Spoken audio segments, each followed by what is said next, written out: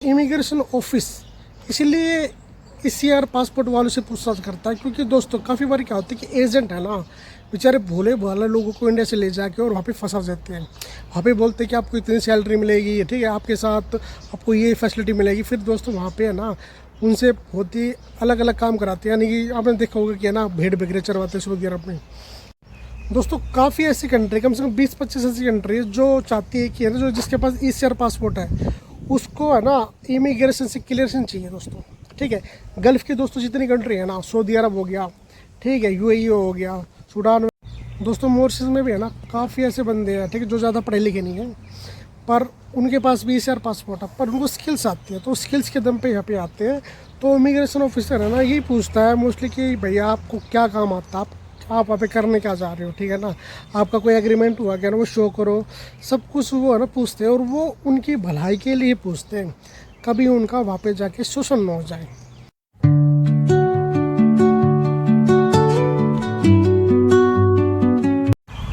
Hello, good morning friend, welcome my new vlog. दोस्तों मेरे पास एक कमेंट आया था कि भाई ECR पासपोर्ट वालों को वीज़ा मिल जाता है, वर्क वीज़ा, विजिट वीज़ा या फिर स्टूडेंट वीज़ा।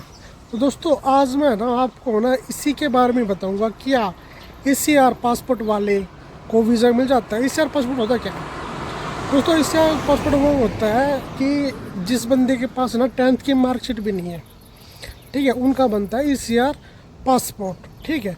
और ECR उनके लिए बनता है जिनके पास है ना 10th की मार्कशीट है, कम से कम 10th की मार्कशीट दोस्तों ECR पासपोर्ट के लिए होनी चाहिए, ठीक है। अगर आपके पास में 10th की मार्कशीट नहीं है ना तो आपको मिलेगा ECR पासपोर्ट, ठीक है। उसके क्या क्या साइड इफेक्ट है वो भी मैं आपको बताऊंगा, और मैं ना ये और बताऊंगा कि मॉरिशस में ECR पासपोर्ट वालों को वर्क वीज़ा मिल जाता है, ठीक है। तो दोस्तों आज की वीडियो है ना बहुत ही ज़्यादा इन्फॉर्मेटिव होने वाली है आपके लिए, तो दोस्तों वीडियो को पूरा देखना। दोस्तों मॉरिशस में जिसके पास में ECR पासपोर्ट है उसको वर्क वीज़ा भी मिल जाता है और विजिट वीज़ा भी दोस्तों यहाँ पे मिल जाता है। दोस्तों उसके लिए ना आपको क्या चाहिए, अगर किसी को भी है ना वर्क वीज़ा चाहिए, ऑक्यूपेशनल वर्क वीज़ा चाहिए मॉरिशस में जिसके पास ECR पासपोर्ट है, तो दोस्तों सबसे बड़ी बात है स्पॉन्सर लेटर। मैंने एक वीडियो में और बताया था कि अगर आपके पास में ECR पासपोर्ट है तो आपको है ना यहाँ पे एक स्पॉन्सरशिप वाली की जरूरत पड़ेगी, जो आपको स्पॉन्सरशिप करता हो, ठीक है ना, जो आपको जॉब देता हो।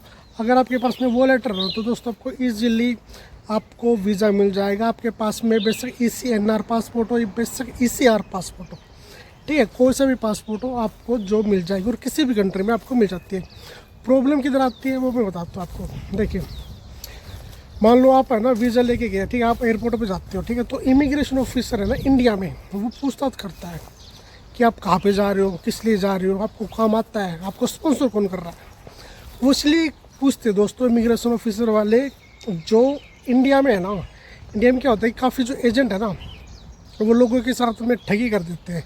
वो सोचते हैं कि यार ये अनपढ़ आदमी है ना, कभी इसके साथ ठगी ना हो जाए, ठीक है, या फिर कोई फ्रॉड ना हो जाए, इसको कुछ पता नहीं है, कोई इसको बहला फुसला के तो किसी देश में ले जाए, ठीक है, या फिर वहाँ पे है ना उसके साथ बहुत बुरा बर्ताव कर दे। वहाँ पे बोलते हैं कि आपको इतनी सैलरी मिलेगी, ठीक है, आपके साथ आपको ये फैसिलिटी मिलेगी। फिर दोस्तों वहाँ पे है ना उनसे बहुत ही अलग अलग काम कराते हैं, यानी कि आपने देखा होगा कि है ना भेड़ बकरे चरवाते हैं सऊदी अरब में, ठीक है। फिर उनको जाने नहीं दिया जाता, सैलरी भी नहीं देता दोस्तों। तो इतना ज़्यादा शोषण होता है जिनके पास ECR पासपोर्ट होता है ना, कभी कभी है ना ऐसा देखने को लिए मिला है। तो इसलिए इमिग्रेशन ऑफिस है ना पूछताछ करता है, बिना इमिग्रेशन ऑफिस के क्लियरेंस के कोई भी है ना बाहर जा नहीं सकता दोस्तों, जिसके पास में ECR पासपोर्ट है। और जिनके पास में ECNR पासपोर्ट है यानी कि नॉन ECR पासपोर्ट, उनको दोस्तों है ना क्लियरेंस की कोई ज़रूरत नहीं पड़ती। तो अगर आप चाहते हो कि आपका ECR पासपोर्ट ना बने बल्कि आपका ECNR पासपोर्ट बने, जिसमें इमिग्रेशन ऑफिस की भी क्लियरेंस की कोई ज़रूरत नहीं होती है, तो दोस्तों कभी भी आपका पासपोर्ट बनता रहो तो आपको 10th की मार्कशीट ज़रूर लगानी चाहिए दोस्तों, कम से कम, ठीक है। 10th की मार्कशीट लगेगी तो आपका है ना ECNR पासपोर्ट बनेगा, फिर दोस्तों आपको किसी की भी क्लियरेंस की ज़रूरत नहीं पड़ेगी। दोस्तों काफ़ी ऐसी कंट्री, कम से कम 20-25 ऐसी कंट्री जो चाहती है कि है ना जो जिसके पास ECR पासपोर्ट है उसको है ना इमिग्रेशन से क्लियरेशन चाहिए दोस्तों, ठीक है। गल्फ़ की दोस्तों जितनी कंट्री है ना, सऊदी अरब हो गया, ठीक है, UAE हो गया, सूडान वगैरह, ओमान, कतर वगैरह, तो जितनी भी मोस्टली है ना इनमें है ना गल्फ़ कंट्रीज आती है, अरब की जो कंट्री है ना वो आती है, जो चाहती है कि जिसके पास ECR पासपोर्ट हो उसका इमिग्रेशन से क्लियर चाहिए हमें। क्रेंस लेटर होना चाहिए जिसके पास भी, ठीक है। बाकी अगर आप यूरोप में जा रहे हो या फिर और किसी कंट्री में जा रहे हो उसके लिए ECR पासपोर्ट की को ना कोई भी दिक्कत नहीं आती है। ये स्पेशल है ना, गल्फ़ कंट्रीज़ में ऐसा होता है। दोस्तों मॉरिशस में भी है ना काफ़ी ऐसे बंदे हैं, ठीक है, जो ज़्यादा पढ़े लिखे नहीं हैं पर उनके पास भी ECR पासपोर्ट है, पर उनको स्किल्स आती है, तो स्किल्स के दम पे यहाँ पे आते हैं। तो इमिग्रेशन ऑफिसर है ना यही पूछता है मोस्टली कि भैया आपको क्या काम आता है, आप वहाँ पे करने क्या जा रहे हो, ठीक है ना, आपका कोई एग्रीमेंट हुआ क्या ना, वो शो करो, सब कुछ वो है ना पूछते हैं। और वो उनकी भलाई के लिए पूछते हैं, कभी उनका वहाँ पे जाके शोषण ना हो जाए, ठीक है। तो दोस्तों ये चीज़ है ना इम्पोर्टेंस रखती है। एक मेरा दोस्त था दोस्तों, वो है ना सऊदी अरब गया था, तो वो वहाँ पे जाके फंस गया था। उसने 2 साल है ना भेड़ बकरियाँ चराई थी, हालांकि जाते समय सैलरी वगैरह मिल गई थी, जाते समय सब क्लियर कर देते, पर दोस्तों बहुत बुरा हाल होता है, बहुत ही ज़्यादा। दोस्तों मेरे पास एक कमेंट आया भानु प्रताप जी का, बहुत ही अच्छा उन्होंने है ना कमेंट किया है। उन्होंने ये पूछा है कि एम्बेसी है ना स्टडी वीज़ा कब तक देती है मॉरिशस का। भाई देखो एम्बेसी का मैं बताता हूँ, जितने मैं जानता हूँ ना, यहाँ पे यार लोग आते हैं, हमारे भी लगाता, तो 20 दिन से लेके 1 महीने के बीच में आना चाहिए आपका स्टडी वीज़ा, अगर आपने अप्लाई किया है तो, ठीक है। एवरीथिंग आपके डॉक्यूमेंट कंप्लीट है, आपके फंड्स वगैरह हैं जो भी आपने शो किया है, ठीक है, कॉलेज लेटर, आपका मेडिकल, ठीक है, PCC बहुत ज़रूरी होती है दोस्तों, ठीक है, उसको भूलना नहीं। तो ये चीज़ें काफ़ी होती है, ठीक है। ये होने के बाद में 20 से लेके 1 महीने के अंदर आपका वीज़ा, स्टडी वीज़ा मॉरिशस का आ जाना चाहिए दोस्तों, ठीक है। काफ़ी लोग है ना ये पूछते जी है ना वर्क वीज़े के लिए कितना टाइम लगता है। भाई वर्क वीज़े के लिए है ना 1.5-2 महीने के आसपास लग जाता है, ऑक्यूपेशनल वर्क वीज़े के लिए इतना लग जाता है, ठीक है। और अगर वर्क परमिट के लिए अगर कोई कंपनी आपको हायर कर रही है तो उसके लिए भी है ना 1 महीने के आसपास ना आराम से लग जाता है, तो उसके लिए टाइम ज़्यादा लगता है, पर स्टडी वीज़े के लिए मॉरिशस में ज़्यादा टाइम नहीं लगता। दोस्तों मेरे पास एक और कमेंट आया गुरसंगत जी का, वो बोल रहे कि मैं ड्राइवर हूँ, मैं मॉरिशस में आ रहा हूँ, ठीक है, मुझे रूम वगैरह मिल जाएगी कि नहीं, मेरी हेल्प करना। दोस्तों मैं आपको एक बात बताता हूँ, ये बहुत ही इंपॉर्टेंट चीज़ है। मोस्टली लोग है ना वो पूछते हैं रूम के लिए है ना जो विजिट वीज़ा पे आते हैं, ठीक है, मतलब उनका कोई जान पहचान तो नहीं होगा, ठीक है, ये इसलिए वो पूछ रहे हैं। और अगर जिसके पास में वर्क परमिट है तो भी कंपनी उनको रूम प्रोवाइड करवाती है, या फिर जो ऑक्यूपेशनल वर्क वीज़ा पे आते हैं ना, जो अपने बेस पे लेते हैं, तो वो पूछते हैं ज़्यादा कर। नहीं तो दोस्तों है ना पहले जानकारी होती है इन चीज़ों के लिए, है ना बहुत ही जानकारी लेनी पड़ती है, ठीक है।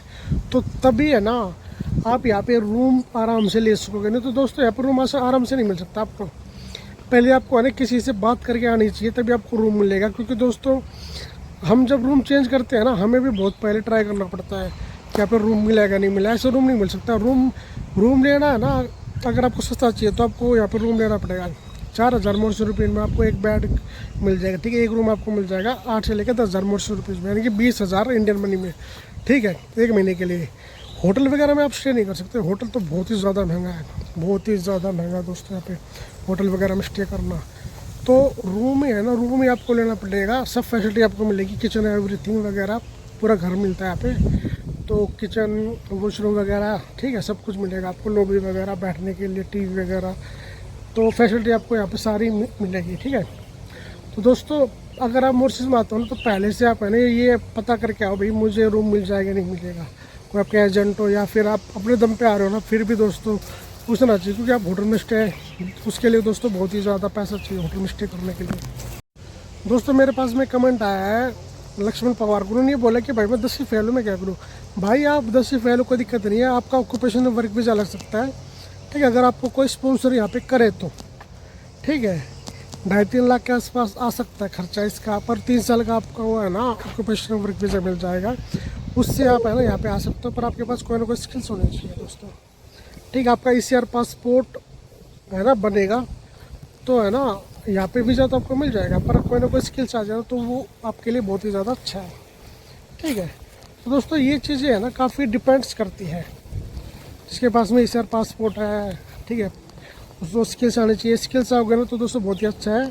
और एक और कमेंट आया था दोस्तों मेरे पास ड्राइवरी के लिए, ठीक है, ड्राइवर की जो दोस्तों ऐसा है आराम से 70 के आसपास यहाँ पे बंदा कमा सकता है, जिसके पास में है ना लाइट ड्राइवर लाइसेंस है। हैवी ड्राइवर लाइसेंस वालों को की सैलरी और भी ज़्यादा अच्छी है, अगर एक्सपीरियंस है, अगर आप बस वगैरह चला सकते हो या फिर आप कोई मतलब कोई ट्राला ट्रक वगैरह है ना कैंटर वगैरह चला सकते हो, तो 1 लाख तक यहाँ पे कमा सकते हो, ठीक है। तो दोस्तों ये चीज़ जो होती है कि आप है ना आराम से है ना मोर्सिस भी तरह कमा सकते हो अगर आपके पास में हैवी ड्राइवर लाइसेंस है। कोई ना कोई स्किल्स होनी चाहिए है ना, स्किल से आपको ना आगे ले जाएगा। तो दोस्तों कुछ भी डाउट हो, कुछ भी अगर आपके मन में है ना कुछ भी डाउट्स हो तो आप कमेंट कर देना, वीडियो को लाइक करना, चैनल को सब्सक्राइब करना। मिलते हैं नेक्स्ट वीडियो को। Thank you.